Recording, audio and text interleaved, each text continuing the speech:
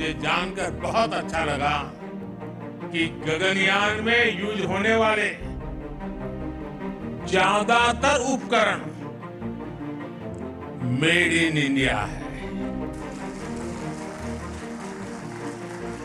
कि कितना बड़ा संयोग है कि जब भारत दुनिया की टॉप 3 इकोनॉमी बनने के लिए उड़ान भर रहा है, उसी समय भारत का गगनयान भी हमारे स्पेस सेक्टर को एक नई बुलंदी पर ले जाने वाला है। ये एक गगनयान मिशन है जो कि इंडिया का कहा जा रहा है first human space flight program है। कहा जा रहा है कि इसके हवाले से जो इसरो है उसके सेंटर्स के अंदर ये बड़ी तैयारी हो रही थी और ये प्लान था 2024-25 में कभी भी इसको लॉन्च किया जा सकता है। और ये जो लोग हैं, 4 जो लोग हैं, ये रशिया के अंदर, not in America, in Russia. आपको पता चला है इंडिया क्यों स्ट्रेटेजिक ऑटोनॉमी की बात करता है।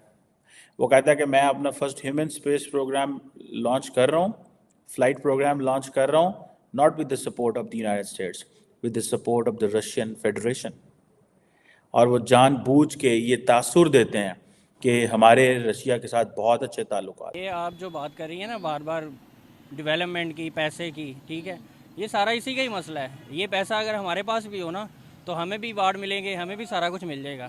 ये पैसे का ही रोला है सारा। अच्छा। तो अगर देखें आप, उनकी इतना बड़ा मुल्क है, इतनी बड़ी उनकी इकॉनमी है, तो जाहिर सी बात है वहाँ पे उनके पास उतने सोर्सेज हैं, वहाँ पे उनको सारा कुछ मिल जाता है। सर, चाइना की इकोनॉमी दूसरे नंबर की है, शी जिनपिंग को क्यों नहीं मिल रहा? अब देखें, उनका एक अपना इशू है। देखे ना तो कोई भी कंट्री क्राइसिस में होती है, फॉर एग्जांपल तुर्की क्राइसिस में था तो उसकी हेल्प की, श्रीलंका क्राइसिस में था उसकी हेल्प की, अफगानिस्तान, बांग्लादेश, हिस्ट्री उठा के देख ले। जब से बना है कभी क्राइसिस में नहीं आया है। उनको अगर कोई क्राइसिस आई है तो उन्होंने खुद फेस किया, दुनिया से उन्होंने हाथ नहीं फैलाया है। ठीक है, ये भी तो एक कैरेक्टर तो देखे ना, एक नेशनल कैरेक्टर भी तो देखे। IMF के पास वो गए थे 90s में, बहुत पहले, ठीक है, मगर उस पर डिपेंडेंट नहीं थे।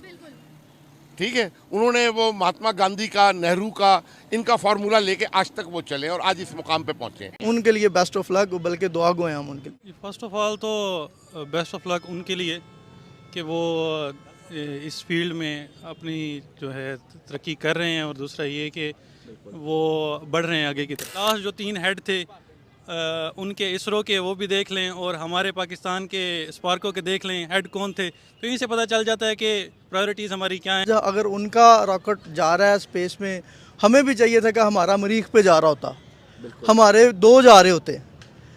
बस उनकी जो प्रायोरिटीज़ हैं, उनकी जो मैनेजमेंट है, उनकी प्रायोरिटीज़ ज़्यादा अच्छी हैं, वो उधर साइंस का रुझान बहुत ज़्यादा हो गया हुआ है। जय श्री राम दोस्तों, भारत और विश्व में आपका स्वागत है। भारत सरकार ने मंगलवार को गगनयान मिशन के तहत अंतरिक्ष में भारत की पहली उड़ान के लिए चयनित एयरफोर्स के 4 पायलटों के नाम बताए। इस मिशन के तहत 3 अंतरिक्ष यात्रियों को 400 किलोमीटर की कक्षा में भेजा जाएगा, जिसके 3 दिन बाद वह वापस आना होगा। इस मौके पर प्रधानमंत्री नरेंद्र मोदी ने कहा कि ये चारों नाम या 4 इंसान नहीं है, 140 करोड़ आकांक्षाओं को अंतरिक्ष में ले जाने वाली शक्तियाँ हैं। 40 साल बाद कोई भारतीय अंतरिक्ष में जाने वाला है। इस बार टाइम भी हमारा है, काउंटडाउन भी हमारा है, और रॉकेट भी हमारा है। तो दोस्तों, देखते हैं आज का शानदार वीडियो। मुझे सपोर्ट करने के लिए मेरे चैनल को लाइक, सब्सक्राइब और शेयर जरूर करें। गगनयान मिशन के लिए जो है वो भारत ने 4 एस्ट्रोनॉट्स का जो है वो ऐलान कर दिया है, जो कि नेक्स्ट ईयर जो है वो रॉकेट के साथ जो है वो स्पेस के अंदर ट्रैवल करेंगे।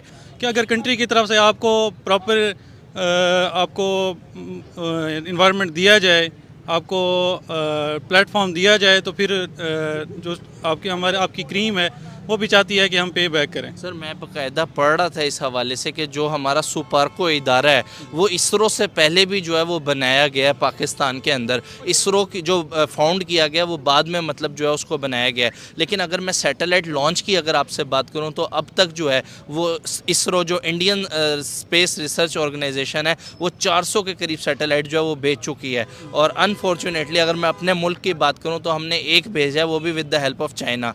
सर, किस तरीके से लगता है कि जहाँ पे नासा जैसा इदारा जो है वो कोलैबोरेट कर रहा है इसरो के साथ, बड़े बड़े जो कंट्रीज़ हैं वो स्पेस प्रोग्राम में मतलब भारत की हेल्प ले रहे हैं, वहाँ सर हम किधर निकल गए हैं, हमारी क्या प्रायोरिटीज़ हैं? बेसिकली प्रायोरिटीज़ सिर्फ स्पार्को ही नहीं, कई डिपार्टमेंट्स ऐसे हैं जो 60-70s में इंडिया क्या बल्कि पूरे इस रीजन में ऊपर जा रहे थे। हमारी एयरलाइंस को देख लें आप, हमारे ब्यूरोक्रेसी को देख लें आप, लेकिन उसके बाद हमारी प्रायोरिटीज़ चेंज हुई। मैं अब खुल के नहीं कह सकता, लेकिन ये है कि 80s में जो कुछ हमारे मुल्क के साथ हुआ, वो जो लैंड स्लाइडिंग हुई थी, जिस तरह की हम जिस दौर की तरफ चले गए हैं, तो वो अब उससे रिकवर करना अब जो हम हालात देख रहे हैं वो तो बड़ा नामुमकिन सा ही लग रहा है। लेकिन हम being an optimistic person, Pakistani, दिल हमारा भी करता है कि हमारा कंट्री का भी ऊंचा नाम हो, और इन फील्ड्स में ना सिर्फ स्पेस प्रोग्राम में, दूसरे फील्ड्स में भी हम ऊपर जाएं। और हमारे अंदर पोटेंशियल मौजूद है। जो ब्रेन ड्रेन हो रहा है वो इसी वजह से हो रहा है कि यहाँ पर उस तरह पॉसिबिलिटीज़ नहीं है, अपॉर्चुनिटीज़ नहीं है, तो हम बाहर जा रहे हैं। इंडिया में वो चीज़ नहीं है। इंडिया एक तो बहुत बड़ी मार्केट है। उन्हें फ़ायदा क्या है इस चीज़ का, मतलब ये टेक्नोलॉजी के हवाले से ये काम कर सर सबसे पहली बात तो ये है कि साइंस अब जितने भी ये जिस तरह गूगल हो गया, ट्विटर हो गया, इन ये जितनी बड़ी बड़ी ऑर्गेनाइजेशन है, इन सब ऑर्गेनाइजेशन के सीईओ जो है ना मोस्टली इंडिया वाले। ठीक है। अब वो जब जितनी भी आईटी की कंपनीज आएंगी वो तो प्रेफर करेंगी इंडिया वालों को, क्योंकि वो काम इस पे कर रहे हैं। और उसके अलावा वो सर्व कर रहे हैं ना, उन्होंने दुनिया को साबित किया है कि साउथ पोल पे उतने जहां आज तक पहले कोई नहीं उतरा। ऐसे ही है, बिल्कुल। और दूसरा ये है कि आईटी के ऊपर वो बहुत आगे।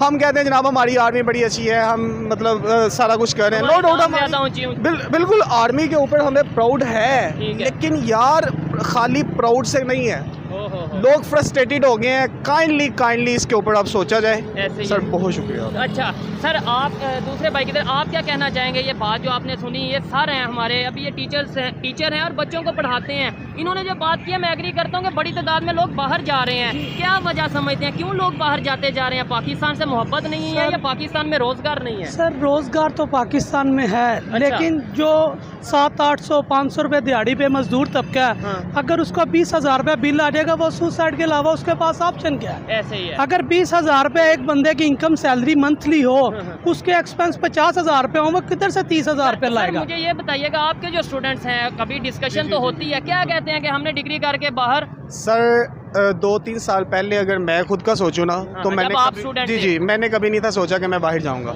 लेकिन अब मैं सिर्फ वो मौका तलाश कर रहा हूँ। अब सोचे कि मैं मौका तलाश कर रहा हूँ तो मेरे स्टूडेंट कैसे रह सकते हैं? यानी पाकिस्तान में टीचर जो से हैं, प्रोफेसर जो से हैं, वो सोच रहे हैं कि किसी तरीके हमें पासपोर्ट में हमें वीज़ा लगे और हम बाहर जाएं, तो डेफिनेटली स्टूडेंट्स भी यही सोचेंगे। इंडिया टेक्नोलॉजी में जो वर्क कर रहा है, हमें हमेशा 75-76 साल नफरतें तो बताई गई, दुश्मनियाँ बताई गई, तो इस चीज़ में मुकाबला क्यों नहीं बताया गया? अब अचानक ये पोल खुल रहा है, पता चल रहा है सोशल मीडिया की वजह से कि भाई वो तो बहुत आगे चले गए हैं, तो अब हमें मतलब ये है कि कैसा फील होता है? सर मैंने ये चीज़ कल पढ़ रहा था, मुझे रीडिंग का शौक है कि 271 बिलियन डॉलर अगर इंडिया इस चीज़ पे अपने आप को कर जाता है ना मुकम्मल, तो इसका फ़ायदा 271 बिलियन डॉलर्स का है। ठीक हो गया। हमारे पास तो इधर बिलियन क्या मिलियन भी नहीं है ना, हम जिसमें अपने आप को प्रोवाइड कर सके ना।